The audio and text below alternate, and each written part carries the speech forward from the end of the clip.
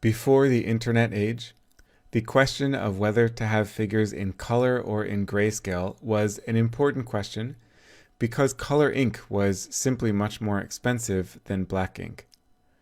Of course, nowadays that question is irrelevant, and indeed anyone under the age of 25 would probably laugh at the very concept of color being more expensive than grayscale.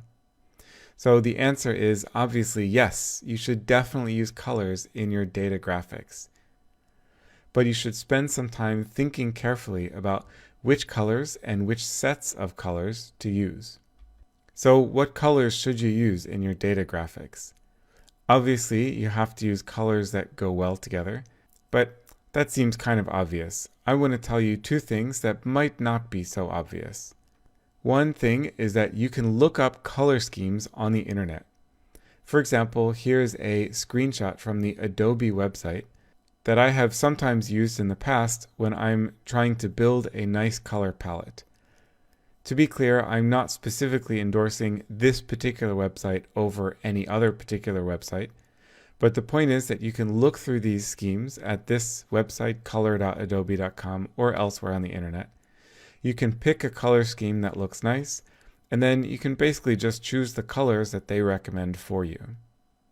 The second thing I want to mention is that whenever possible, try to make your graphics also be interpretable to someone who might be colorblind. Now, many people don't actually think about this, but color blindness is fairly common, and in particular, difficulties with distinguishing shades of green and shades of red is quite common. So if you have red dots and green dots, then it's pretty likely that at least a few people in your audience will have difficulties distinguishing the two groups of dots. Color blindness is higher in men than in women, so that's something to keep in mind.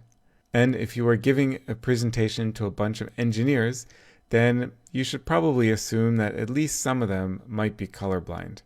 Now, I realize it's terrible to assume that a group of engineers is going to be mostly men.